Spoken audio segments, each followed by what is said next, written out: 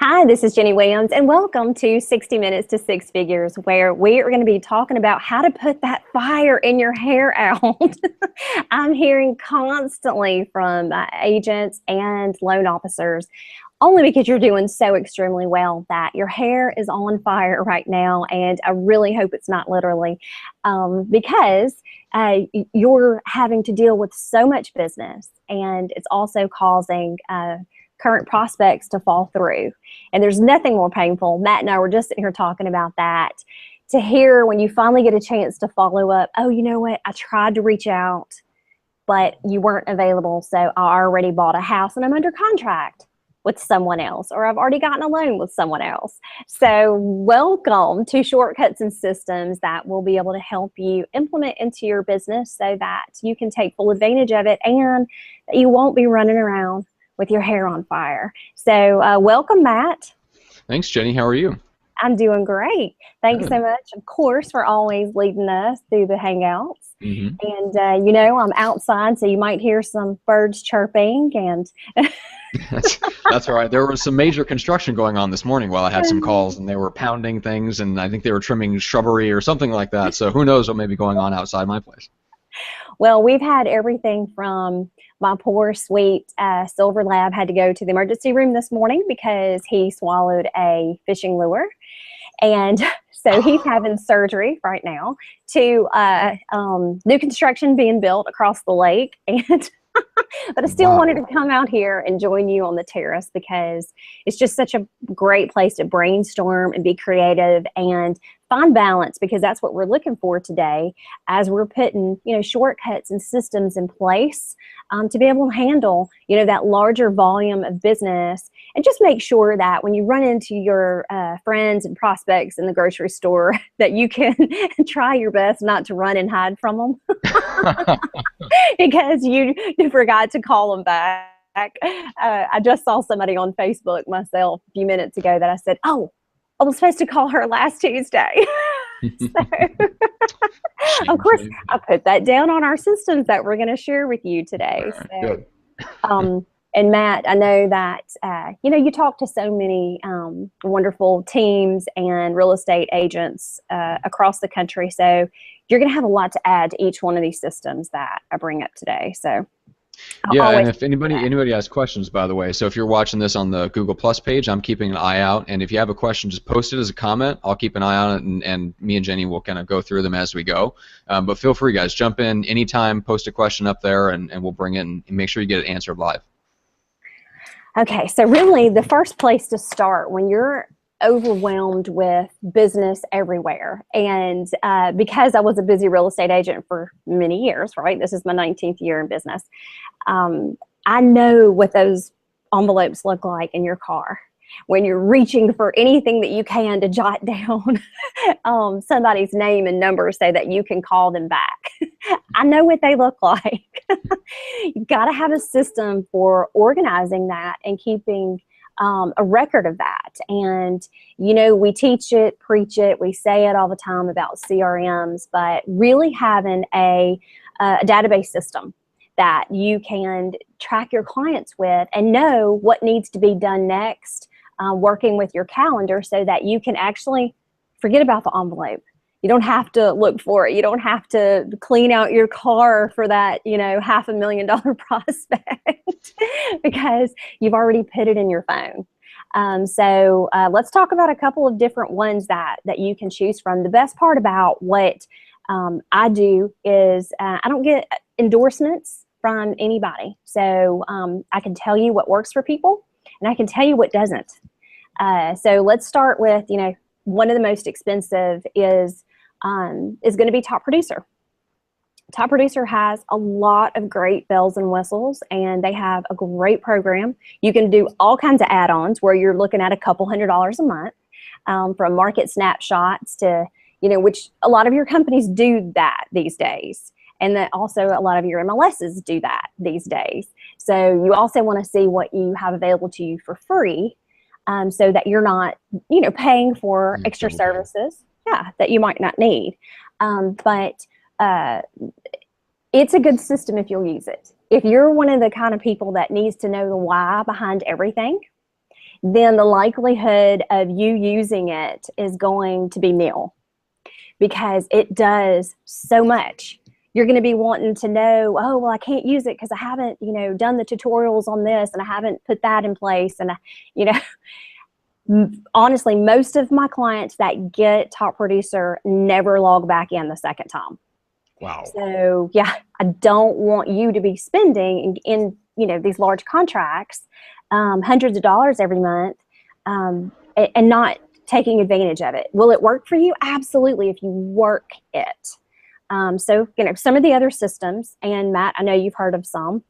Mm-hmm. One of the upcoming ones that I've really been hearing a lot about is called RealVolve. And okay. It is RealVolve.com. It's only $39 a month. And it probably has one of the most modern, easy to use interfaces I've seen in a long time. So that, again, if you like how cool it looks, then you're going to be more likely to use it. Yep. And this is a system that you implement for $39 a month that manages your entire business. If you're looking for shortcuts and systems, this is the best thing, because it's got your tasks, it's got your follow-up systems, it even counts your money for you for closings. It's got everything you want to put in information-wise about a client so that you can follow up with them and really build relationships with them. And most importantly, when to call them back, so that you can send emails, so that you can send text messages or birthday cards, really building that relationship over time. Matt, it's probably hard to believe, but the most common thing that I hear from 20-year veterans that come in to hire our services, they'll say, I'm so embarrassed to tell you, but I've never had a database. I've never reached out to anyone I've ever done business before. I've just kind of gotten lucky that they've called me throughout the years. Yeah. And now, since I've been in business for 20 years, they're calling other people. So this is most important. This is, I feel, the most important thing. So you got to really test your systems to see which one works. I've always been a fan of Realty Juggler because it is so dirt cheap, because it's $99 for the whole year, right? Yeah. And I love to save your money. It is a little antiquated as far as, use. A lot of people don't really like the interface of it, but I can tell you that the propensity to use it is a lot higher than my clients who spend a lot more money on their systems. So Follow-Up Boss, have you seen that? Yes. I mean, well, the classic example, especially in the team world, is Infusionsoft, which you might as well just, stop working on your business for 6 months and try to install that. But yeah, I've played around with Realty Juggler a little bit. It is a little, not clunky, just, I mean, you can tell it's a little bit old, just in the design. But as far as the functionality and stuff, I wouldn't worry too much about it. The people that, like one of my clients in the podcasting world who also helps run his wife's real estate team is really, really big on Contactually. Has nothing that, and then the HubSpot CRM is actually free. So I'm tinkering with HubSpot right now. Ooh, so those are some other, as far as like things that have like a really new, fresh kind of design, it's very, very easy to use, very intuitive. Those are some really good things to check out. Contactually is supposed to be just great. I mean, that's a pricier side, and then you've got HubSpot, which is free. Well, I actually have heard the same thing about Contactually, that it is kind of a joy to use, like it's fun to use. Mm-hmm. And that's really, I mean, I know you real estate agents, it's got to be fun or you're never going to log back in again. And you also want to make sure that it's mobile, that it's on your phone, so that you can be out in the field and not reach for that envelope. You can put it all in your phone so it's there, and then go ahead and schedule your task manager from your phone as well, like when to call people back and maybe what they're looking for, etc. Yeah, I think having like a tab, I mean, if you're out in the field and you're taking calls like in between appointments and stuff, I mean, how much more valuable is it to have the app on a tablet, and then you have your phone, and then you're not taking the phone away from your face to do things, and you have something else that actually has your CRM on it that's separate from your phone. Right, and all you have to do is just test it. or an hour or two and get used to working that way. And you're going to be like crazy proud of yourself. Um, you're going to be wanting to call and say, guess what I did? And the thing is like, I get it. I totally understand, because I know it's hard to train yourself to do that when, you know, one of my best friends, she is so cute. She says with the yellow pad, this is my laptop right here. And she keeps and, you know, makes her notes with it. It is. And, you know, I've had our clients, they will bring their database to me written in pencil beautifully on notebook paper, and I'll have it typed in for them so that we have a foundation to work with. So check out, you know, test some of them. You can usually get, you know, 14-day tests on all of them. Like Matt said, do not let somebody sell you Infusionsoft, not for real estate. I've had it for many years, and you need a master's degree in Infusionsoft to be able to work it. It's a phenomenal product. Mm-hmm. But it is way too complicated for real estate. Yep. You need user-friendly. Now, one of the systems that I have several of my clients are using called Follow Up Boss, and they love it. They love it. It's a really kind of like TopProducer. It's you know, it has a lot of bells and whistles to it, but it's a little bit easier to use. Salesforce is another one that is a trendy one that some people might try to sell you, but it's expensive. And you have to build a lot of those out already.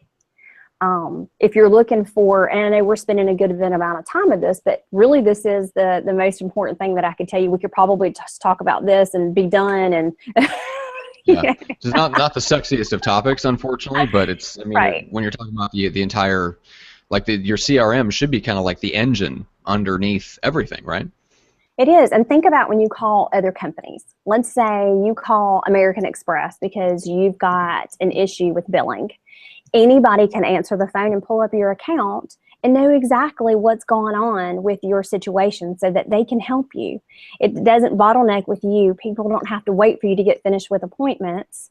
If you've got help back at the office with people being able to log in. And here's something even better. If you are a one-man show, and that's okay because most of you are, then you'll know yourself what the issue was. You don't have to sit and try to remember and beat yourself up and, you know, harbor all that guilt that you don't have your stuff together and you're not organized. And when you have a proper CRM, you're going to look organized and already know you're not. Yes. Well, that's an interesting point, because if somebody said this, I don't remember what book it was that I was reading recently, but they said something to the effect that unsuccessful people way overestimate how smart they are and count on themselves remembering things and keeping track of things. And I think it was actually it was Warren Buffett and Charlie Munger's book, something along the lines. I think the title is I Just Want to Know Where I Die So That I Can Never Go There. Book, a simple book of common sense or something like that. But that was their point, was that we stay away from very smart people because sometimes they do very dumb things, and we don't overestimate how smart we are, and that's how we've been so successful. So if there's anything, like, don't count on yourself to remember anything. Don't make yourself keep track of stuff. Like, get it all out of your head and into a CRM or into Google Calendar or something, and don't think you're too smart. No, I completely agree with that. I am plagued with a really good memory. We've talked about this before, that I need to go to Dale Carnegie for trying to forget instead of trying to remember, which is such a fallacy, right? Because then you start relying on that. Yeah. You cannot rely on it, not and have a high volume business. Now, if you're closing maybe 2 transactions a month, you can pretty much remember everything, and you're going to be fine without a CRM. You could use a spreadsheet and be okay with that. As long as you've got some way to reach out and you're doing that with your calendar, and it can be a paper calendar, it's fine. But if you want to close more than 2 per month, you're going to start forgetting people and what they're looking for, and, you know, how to match them up. And that's where I think the beauty of a good loan officer and a good real estate agent, you know, their skills come alive because they're matchmakers. They start hearing about properties coming on board and, you know, going back to their database and saying, who was looking for that? Yeah. I heard this, you know, was coming up. So you'll look like a freaking genius you know, once you have this, and just make sure you don't have one that takes a lot of time to build out, because then that's going to really frustrate you. And then you're going to say the words that I hear so many people say, this doesn't work for me. And it will work for you. You just have to make it work in your style. Make it work in your style. Okay, so yeah, we've beat that dead horse. Hang on, I've got one more CRM. No. Yeah. And there's so many. Yeah. But the one, I'm asking you to check out, like Matt said, check out Contactually. And then the one that I was sharing with you, I feel like is fresh, and it's got a lot of the latest tools. It's only $39. And that actually that $39 a month includes one assistant. So sometimes when you start having to pay for assistant logins, it can get crazy. That is RealVolve, and it's RealVolve.com. So check that one out. And maybe one day I can talk to them and they can send me a check for endorsing them, right? So the next thing that I feel is crazy important for you to be able to manage everything is your calendar.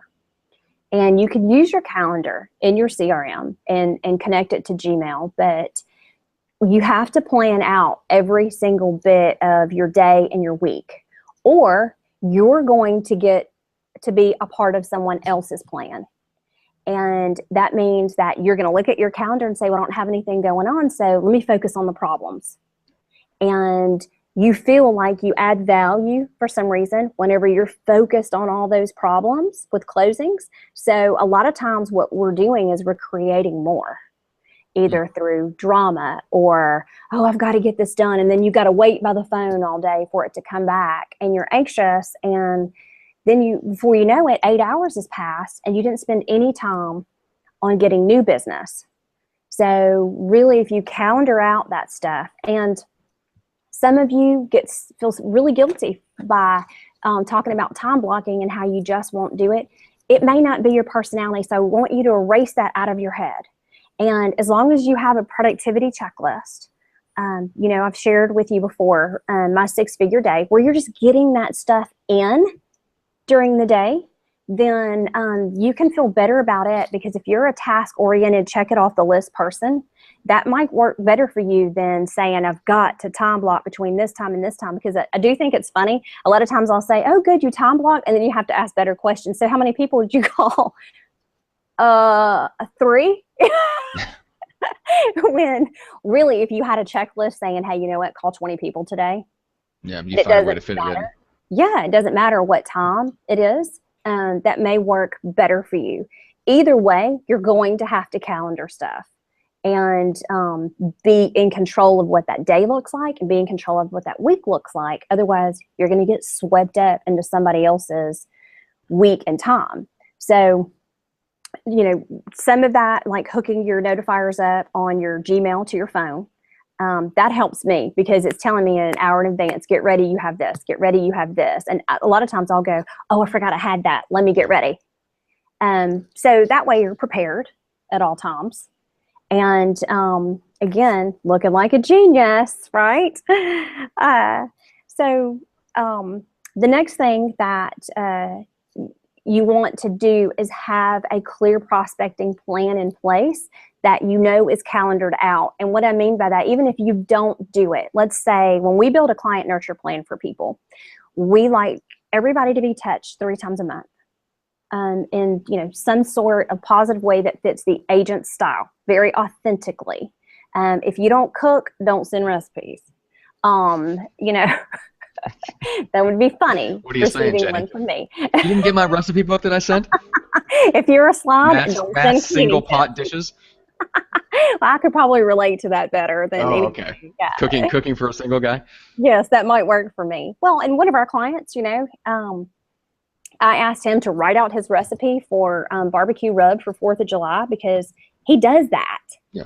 I mean, and he does that in mass. That's authentically him. Yeah. However, having that planned out and who does it and what it's going to be and knowing what that is for the whole year when it goes out, it saves you a ton of time, because you're not going to be, oh my God, I've run out of all my listings. What do I do now?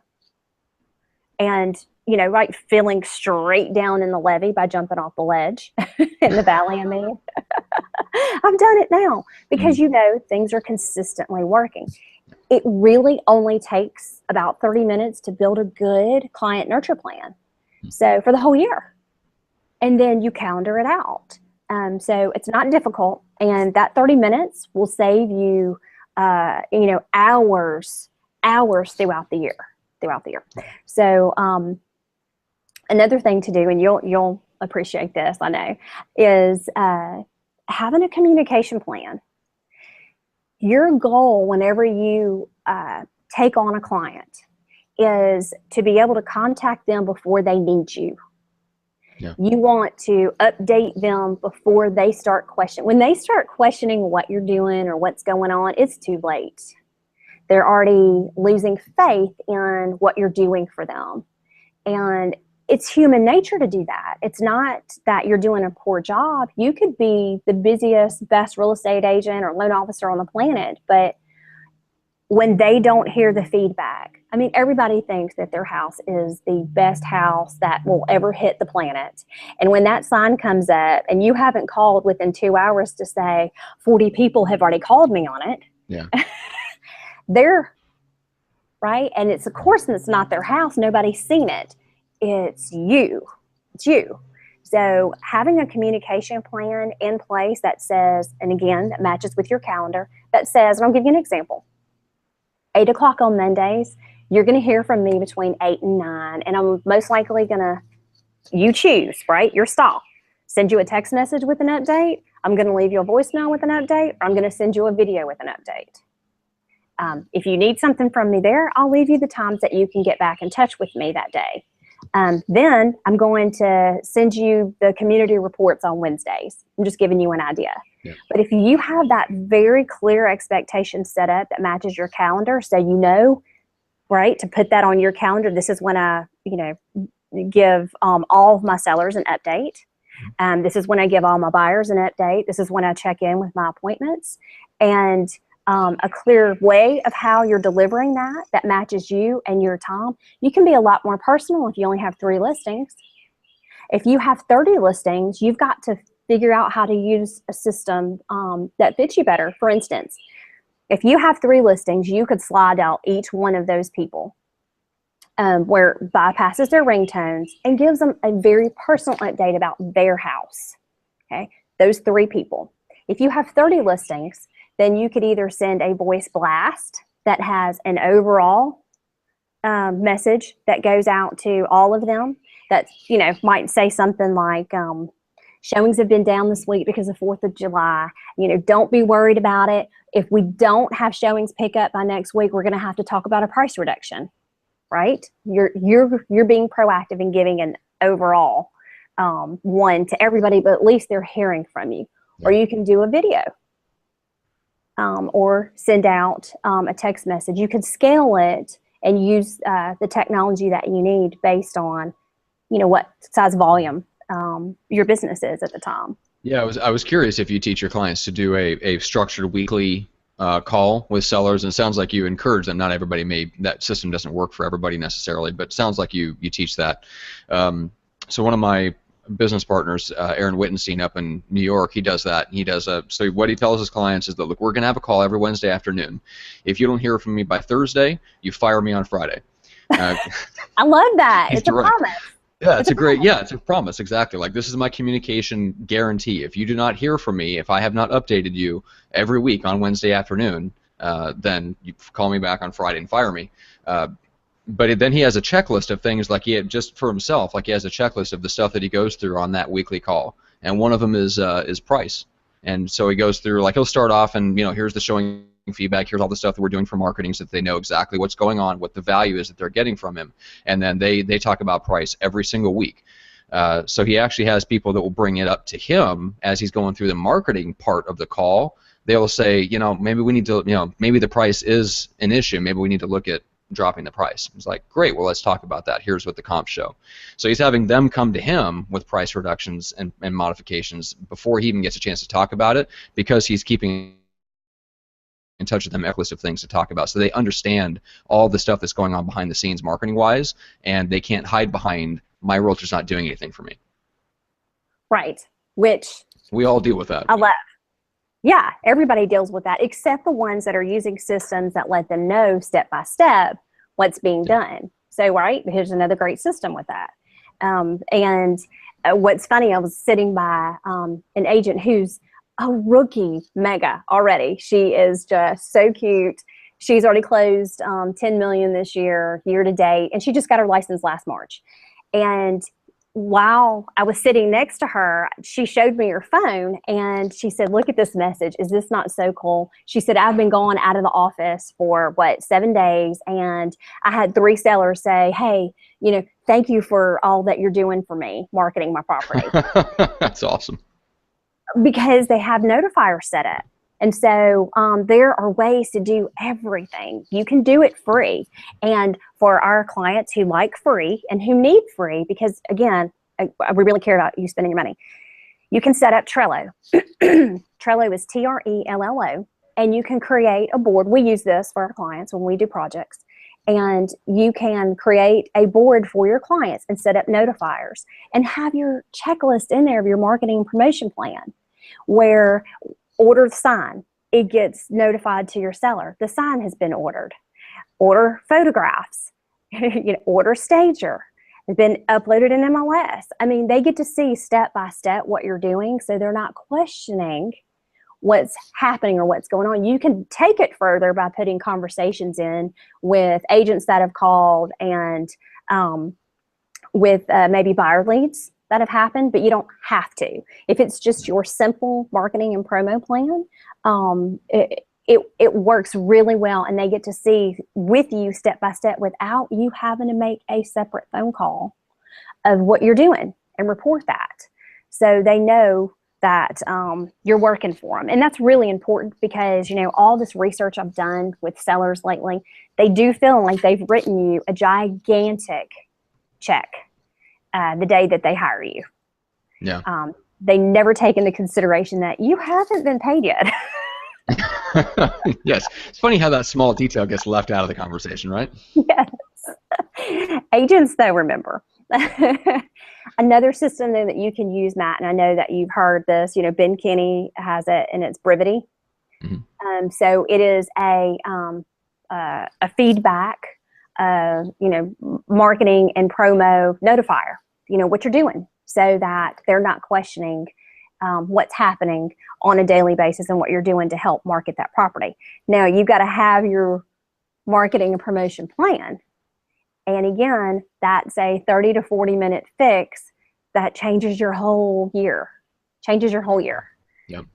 Because most agents don't have it. If you show up at your listing appointment with a communication plan in hand and your marketing and promotion plan in hand, you're going to so stand out.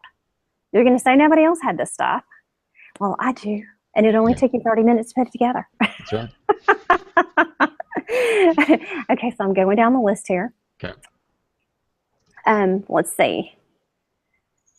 What we can also do on those Trello boards is ask for referrals throughout your plan. So it's an automatic way of asking when it's not uncomfortable. Because when you're out there working every day and your client feels it too, you're going to be happy to ask for referrals. It's when you feel like maybe you're not doing a good job, or you haven't kept in touch with them, or you think for some reason they're looking down, you never ask for them. And then you tell yourself, I'm going to wait till closing to ask. And then closing comes, and the payoffs don't get delivered on time, and the occupancy agreement is messed up, and people want to move in early, and then you won't ask then either. And then you're like, let's not put them on my follow-up list. Yeah, exactly. So it affects so many things going back from the day that you take that. So, I can blab on forever, like one long sentence in 1 hour. But there's so much good stuff here. Yeah. And of course, okay, this is what I have seen with the agents. I feel that their hair is the most on fire. Okay. They're taking clients that aren't ideal. Oh, yes. Oh, my God. That's a whole other conversation, but yes. It is. I mean, we could spend 2 hours on that. You have to know who your client is. When you, and I understand you are such a helpful person. I do the same thing, and then I have to go, wait a minute, what did I just promise? Yeah. This is not my ideal client. Make sure you're saying, yes, I can help you to the right people. Because when you're saying I can help you to the wrong people, those people are going to be the ones taking all your time, dragging you around, making it impossible for you to close, putting way more fires up every single day. And then your good people are your cash people that are closing like crazy, or, they're $500,000 properties that sold in 3 days. And you're chasing over these other people that weren't your ideal because you have such a big heart. So, I was laughing at Gary Vee a while ago. Matt, you may have seen this, and he has these entrepreneur questions. And this young guy said, have you ever really, taken on some business when you knew there was no money in it? And he said, no, never. Like, why would I do that? Well, I think as agents, agents tend to struggle because because most people are solo entrepreneurs and maybe they have an assistant. There's not a lot of hard cost in delivering the service. Now you talk to someone like Gary Vee, it's not Gary Vee doing the work. Like, he understands, hey, if I sign a deal with this client, I have to pay my staff to do all this stuff. But we think, right, I'm not paying anybody, so this is more money in my pocket. And the problem is we don't value our own time. Right? Either we don't have an assistant, so we don't realize how much stuff really costs if you have to pay someone to do it, because we're not valuing our own time. And then we look at things. I think the big revelation coming out of like my background with viral marketing and all that stuff was, the more you get people off of the set plan, whatever that plan is, it creates so many little opportunities for breakdowns and mistakes, and then they end up having a bad experience. So you cannot, this idea, again, it goes back to not overestimating how smart you are. The idea that you can serve everybody and all these different types of clients and serve them at a high level is insane. We can't do it. We have to figure out who we're best suited to serving, what's our plan for serving them, and then do everything we can to find people that fit that profile, because we're really only best suited to deliver really great service to that specific type of person. And the more people we try to pull in from that have all these different needs, we're not really serving them at a high level. We're doing them a disservice. You said it perfectly. Okay, well, thank you. It's really given your expertise. So this is where I'm finding a lot of discontent in people's businesses right now, is because they're taking on people that are not ideal, and that's not where their expertise is, and that's not where their heart is either. Yeah. They're doing it because they have a helpful heart, but it's not where their heart, their joy, and their reward comes in, because it's not really their expertise niche. Yeah. So that leads me to another system. Yes, finding, being very clear and clarifying what your niche is, what your expertise is, who your ideal client is, but really having those consultations. Yeah. And not so much for them to be interviewing you to be interviewing them. You need to know, I'm sorry, are you divorcing and you just refinanced and now you have, $30,000 on top that you can't get out of? How can I help you do that? Sure, I'll take that no-win situation and have two people arguing and yelling at me the whole time. Yeah. That is not, those are not the kind of clients that you want to take to be able to be productive. You want stuff that, one, is going to sell, and two, that you enjoy working with and they appreciate you. So you have to, buyer, listing, whatever it is, refinance for loan officers, sit down and have that consultation, because if they are someone that you want to work with, that's when you ask for referrals as well. That is your time to say, my script that I always pull out, thank you so much. I'm so excited that we're going to be doing business together.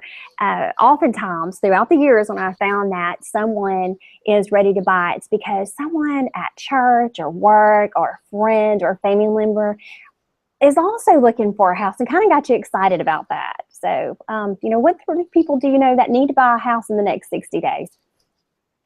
Because that's your ideal. Ideal people hang out with other ideal people. That's right. And if you do have a consultation and you know that that's not going to fit for you, make sure you have your referral partners in place where it is.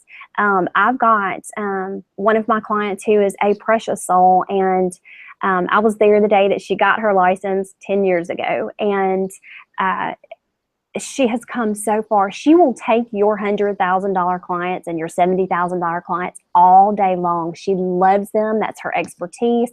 Her heart is there. Her joy is there because she has a minimum commission. And she has no fear about collecting it. And she does a consultation every single time. So there's no guilt. She lays out the rules. She's going to collect the difference. And she doesn't, you think that because they're $70,000 or $75,000 purchasers, that they would have an issue with it or maybe not have the money. They always find the money because she asked for it. So you're going to be able to find other people that you can refer business to that's not your ideal, and it makes your life a lot easier, than having those consultations. Of course, we have buyer lead sheets and seller lead sheets that you can even, if you're scaling upward and you're at a point where you have 30 listings, your time is going to be really a lot more valuable. So you need to ask a lot of those interview questions before you even go on your appointment. Okay, your business starts changing because your shortcuts and systems need to change with it. And you'll be asking, what's your payoff on the phone? There is nothing wrong with asking, what's your payoff? You have every right to ask that. If you're going to be, and if people tell you it's none of your business, is that your ideal? Is that your ideal? Right. Because you want your sellers to make as much money as they possibly can. I know that about every agent that I work with. So we just need to know that it's possible. And then the next question is there another mortgage on the house? Is there only one payoff? Where did you find that payoff? Would you mind sharing with me, how you found that payoff? Because they're all going to say they got it straight from the mortgage company and it's right here on my balance, which we know is not correct, right? So who else needs to make a decision? It's all of these things are completely fine to ask before you even show up. So you know that you've got a prospect, a qualified prospect, and an ideal client. Gotcha. All of this is going to help, Matt. Yeah, no, I mean, I do the same thing in my business. So I have like a new client questionnaire of questions that I will sprinkle into our kind of exploratory conversation about whether they want to get into what I do. And then I have an assessment that are the questions for me to ask about the conversation after the fact of, do I really think they're committed? Will I get along with this person? Do I like them on a personal level? Do I like their message? Do I think they'll work with me? Will they respect me? Do they respect, were they punctual? Like all this stuff that I go back and kind of reevaluate. And yeah, I turn down probably more clients that I end up working with, and that goes back to like having an abundance mentality and all this stuff. But yeah, I mean, it helps just from a, what you call it, like, again, not counting on yourself to be that smart. I have those questions like in front of me during those calls because I don't assume that I'm just going to be able to pull off the right question at the right time and then go back and reevaluate whether they're a good client after the fact. I want to have those questions written out and in front of me when I've had a chance to like formulate them when I have a clear mind. And that's a system. Mm-hmm. Yeah, it's my new client system. That's actually what it's called in my Google Drive. Well, I love it. But that causes so many future fires to be avoided. Yeah, 100%. And when I violated it, I regretted it. When the one time I took on a client where I had a gut feeling that he wouldn't necessarily respect my time, it was so bad. I regretted every second of it. And it didn't last very long either. Oh, yes. Yeah, I mean, well, I can tell you this, that I must have said again today, I love Matt Johnson. And Sydney goes, you say that twice a week. So that's what you want your clients to be saying about you as a real estate agent or a loan officer. You want your client to be going, I just love them. Look at how hard they've worked for me all day. And you might not necessarily be at work. Well, yeah, and that's the great thing. Like, you can feel it. Like, when you're on the phone with somebody for the first time, and there's that, you can almost feel that feeling of, this person just, they have their own agenda, and they're already not listening to me. You ever get that feeling? Like they're all Jenny's like, no, I have no idea what that feels like. I don't know what you mean. I work with real estate agents. They all listen to me all the time. You're always teasing me about what a high D I am. So yes, I get that feeling all the time. I had a strategy session this week with the most beautiful, brilliant woman, and I really don't think she took a breath in 40 minutes. So, and so much gold there to work with. Just so much good, so much good. Yeah. But yes, everybody is beautiful in their way. In their way. So you want to also make sure that these are the little things that help. Writing contracts very clearly.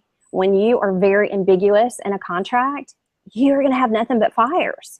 You're going to have problems and interpretation issues and what I meant to say and what I meant to say. And when the attorney interprets something differently than what you thought because you told your client that, all of that is so anxiety ridden. So really getting a hold on writing your contracts and making sure they're clear and concise and that everybody understands them is another way that you can avoid that feeling of being on fire. Everybody gets in this situation though. When you're busy, you miss things. And sometimes agents do it purposely, sometimes they don't, but they'll type in on the last number on a regular contract, maybe a very costly thing like closing costs for a seller to pay closing cost. And it's so easy to miss. It's easy to miss because it looks like it's part of a contract you've read a million times, like your general residential one. So those things can cause a whole lot of problems and anxiety because you could be talking your client into signing something that's actually going to cause them to bring money to the table, but you told them that they were going to get money and now they're obligated. What happens then? It's a lot of anxiety that happens. That happened on 2 situations just last week. Wow. So that happens.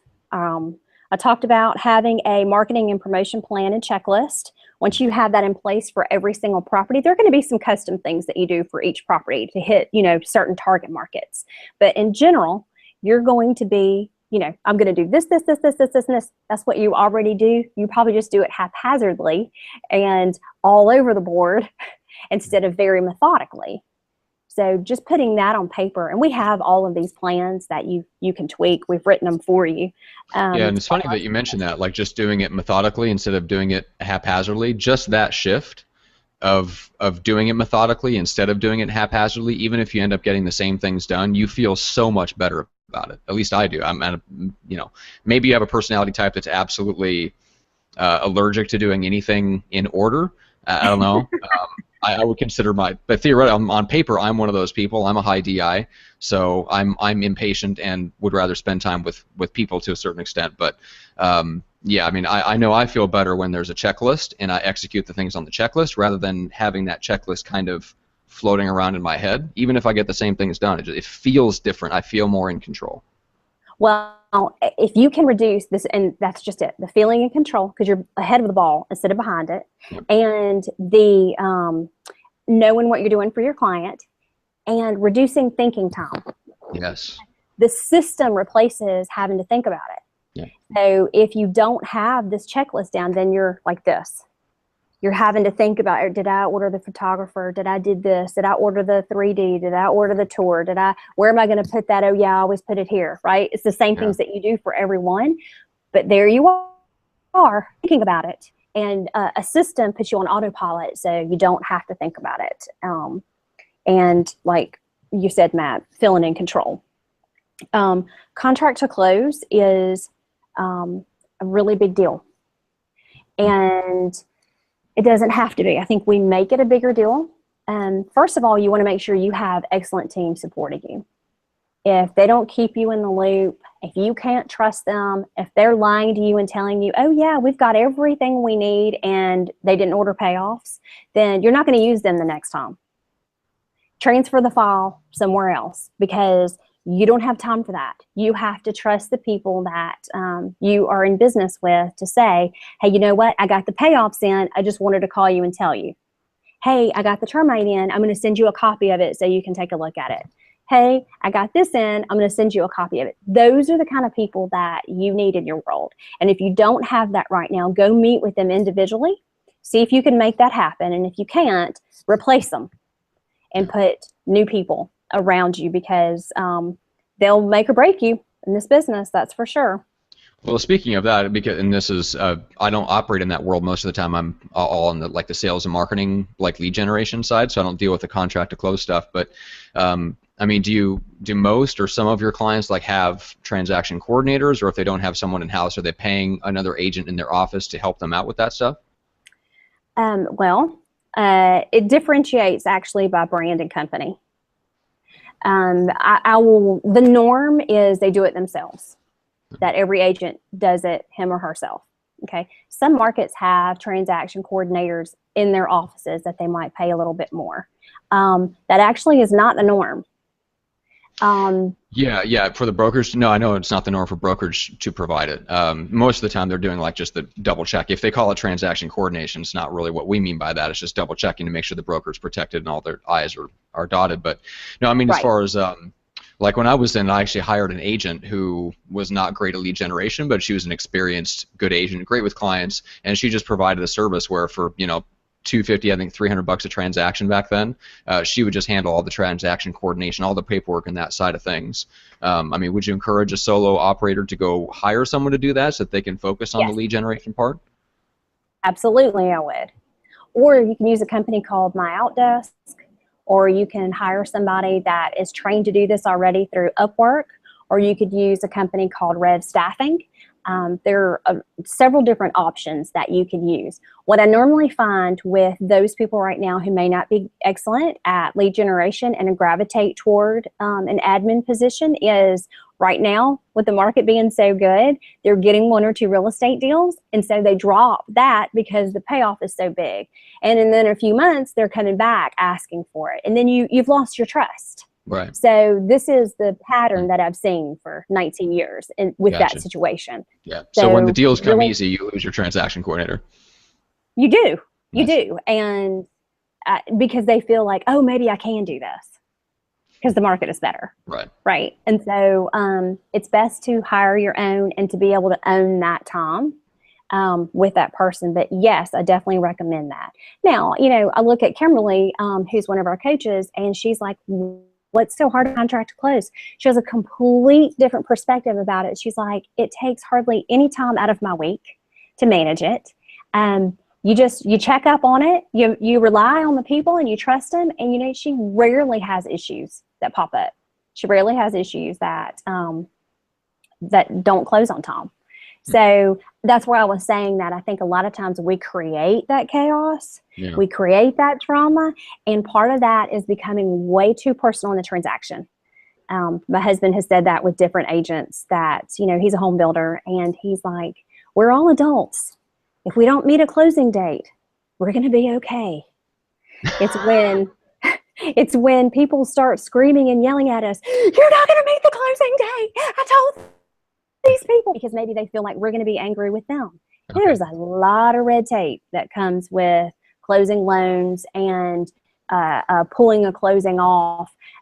Nobody's going to be an upset real estate agent as long as they gave us expectations up front on how it's going to go. He said, I don't get upset anymore about the moving van is backed up and these people have nowhere to go. It's like, they're adults. I guarantee you they're going to figure out how to provide shelter for their family tonight.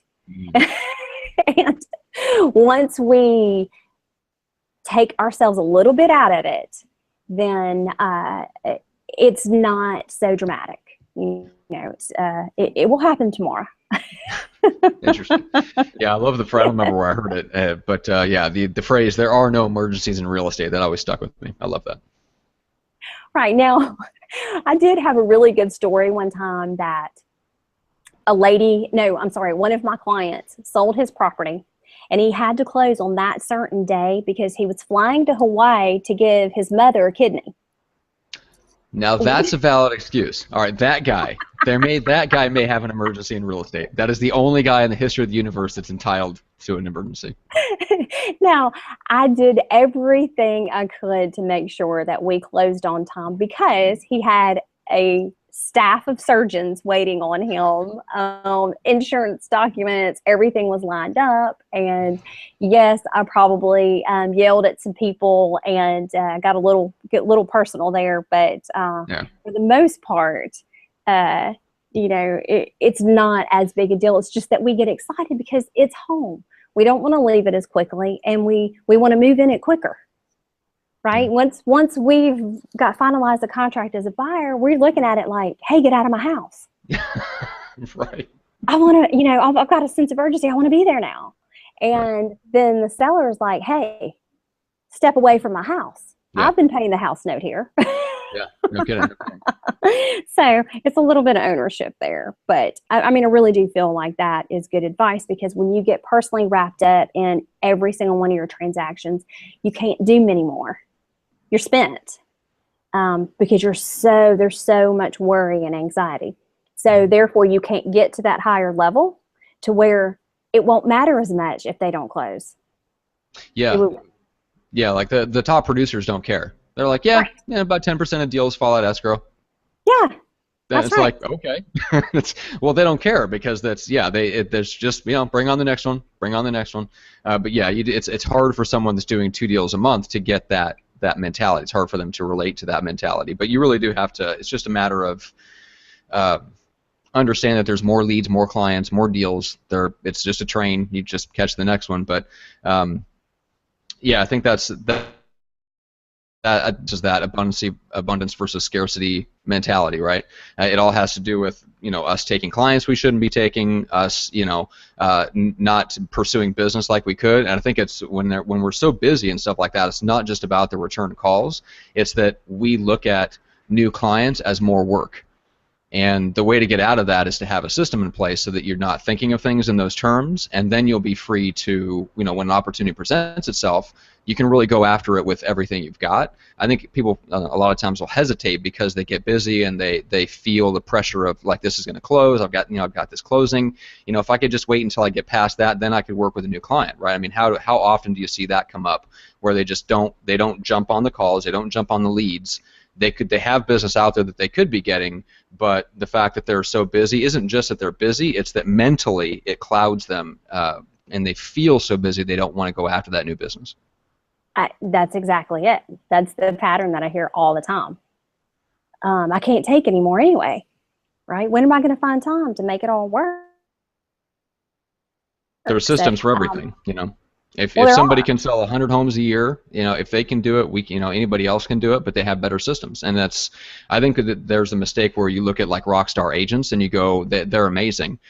Probably not. I mean, you get to know these people, and they are amazing in the sense that they think differently, but they're not amazing in the sense that they are like a top performing athlete that for 12 hours a day they're running on high octane fuel and they're amazingly more productive than the rest of us. I don't see that with the guys that own teams, the guys that get to the point where they're selling 100, 200, 300, 400, 500 homes a year. They're not like that at all. They look at things differently. They go, what's the system for that? I agree, and they're not afraid to spend money for systems and for lead generation. That's a huge thing. Exactly. I consistently closed over 60 houses a year when I was selling real estate, and I am typically not a systematic person, but I had to because I wanted to do more.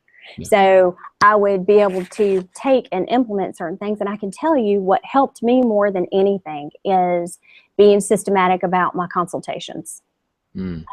I knew right then, whenever I met with everyone and they went through my process. So I knew if I wanted to work with you, because I didn't need people taking more of my time. I need exactly how I can help you. And with you saying everything has a system, you can put a system and a process around everything. You can do it around showing houses too. And I think for a lot of people, they feel like I just have to keep showing them until they find the right thing. And that's not true. we're doing buyers a disservice if we show them 20 houses or 50 houses, because they feel like something is wrong with them. And really, it's asking the right questions and understand you have a helpful heart and you don't want to be salesy and you don't want to put any pressure on anybody, and you want to be patient. But if you had a really good process for having that consultation up front and not meeting people at a house, I know Zillow has changed that process for a lot of us, but sitting down and kind of going through a matchmaking process of asking those questions and asking why it matters. There are many, many agents across the country in every market that say, I'm going to show you 5 houses. My process is so good that if you answer all the questions correctly, that I know I'm going to be able to get you 5 houses that you're going to see that you'll buy one of them. And you set that expectation up front. And guess what? It happens. That way, the difference in showing someone 25 houses and 5 houses is a lot of your time. So again, more work on the front end saves hours, weeks, days and weeks on the back end. I mean, I was my own worst real estate agent, right? It took me 12 years to find this new house because you were your own worst real estate agent. Oh, that's a great line. All right. Well, I kept wanting that something special. Yeah. That extra. That's something special. That's something special. And yes, we did find it, but it took a long time. I would be your worst nightmare client if you took me on. Because you'd be asking me the questions and I'd be like, Just some indefinable quality. I'm just looking for the spark. I just want a house with a spark. Well, yes. I just want something magical. Yeah. That was important. And how do you identify that, right? Only I'm going to know. Yeah, exactly. But I would be the person to say, yeah, not going to happen. Let me take on, these 3 $200,000 buyers are going to close, because I would be the loose cannon out there. Yeah. I'm giving you an idea. My price range may get you excited, but 12 years for it, come on. Yeah, that's a great point when it comes to luxury. You know, everybody loves the allure of working luxury, but you could probably handle 4, $200,000 houses in less time. Yes, you could. And one of my clients she has the most expensive house pending right now in her market, and my God, she is adorable. And in fact, everything that is pending in her market right now, she has 10% of it. Nice. Which is, and it's all very expensive and high dollar. And so what she hears frustrating over and over patterns is, well, we don't have to move and we don't have to, because they really don't. Exactly. Right? They're just waiting for that perfect scenario to be able to do that, because there is no disparity. There is no need. There's no motivation. Yep. So that is harder to understand and to put that in a box. Yeah, exactly. Yeah, then it really gets into matchmaking. You're selling recruiting. You're selling someone the dream of moving over to this out. Yeah, that's a whole other thing. But yeah, I mean, if you have a process, it goes back to having like a system and process for your clients. If you know who that person is that you can best serve, then when those opportunities come along where it's below your price range or way above your price range, or they don't really have any motivation, whatever the case is, where okay, this is going to take 3 times as much work to get this deal to get to closing, then I could probably do 4 other deals over here that are my ideal clients, and I could give them much service and be a lot easier for me and everyone involved, and we'd all be much happier if I just went over and did these 4 other deals. Smarter, not harder. Yeah. That's exactly what we're talking about today. So let's see. I know we're about to wrap things up, but I've got a couple more things. I may have hit all of them. Nice. Yeah, I mean, we pretty much shared everything that I thought we would. I was hoping that we would hit as far as shortcuts and checklists and all that stuff. Was there anything that you wanted to mention? There was something that we did talk about before we went on the air, that if people want to reach out to you directly, you'll give them the information for this. There was something about a way that they can automate the returning of texts. Yes, there is a system that will answer your emails for you, and that will also answer your text messages for you, just to say, hey, I'm with a client right now. That's part of not falling through the cracks. Like, hey, I acknowledge you, and I'm going to be able to get back with you during this time. But you have to hold your promise and be able to get back to them at that time. The only way you can do that is by using a calendar, a proper calendar. So if you want, we've given you over 15 systems and shortcuts. If you want a list of those, I'm happy to give it to you for free. Just email me, Jenny, Genny, at getarealestatelife.com, and I will be happy to email that to you, of course. Right now, we are still plugging away at our Certified Home Marketing Expert. If you would like information where we come to your town, your market, and are able to teach you and other agents in your market how to be a better listing agent and create a better home selling experience for sellers, which I am crazy passionate about, because I want you to have a really good reputation as an industry in general, and not, have to call a listing agent. Then let me know, because we can set that up, and if we can get several people to join you in that, then we can get you designated as a certified home marketing expert too. So anything else you want to add, Matt? No, that's all I've got. I think we covered everything. So if anybody has any follow-up questions, feel free to post them on the Google Plus page. We'll make sure that we get them answered separately and offline or by email. And yeah, I think that is all the time we have. So we'll have to put a nice button on this one. All right, well, good luck implementing all your shortcuts and systems, and I can't wait to see what you do. Share any successes with me. I always love to hear them, celebrate with you. Thanks for joining us for 60 Minutes to Six Figures.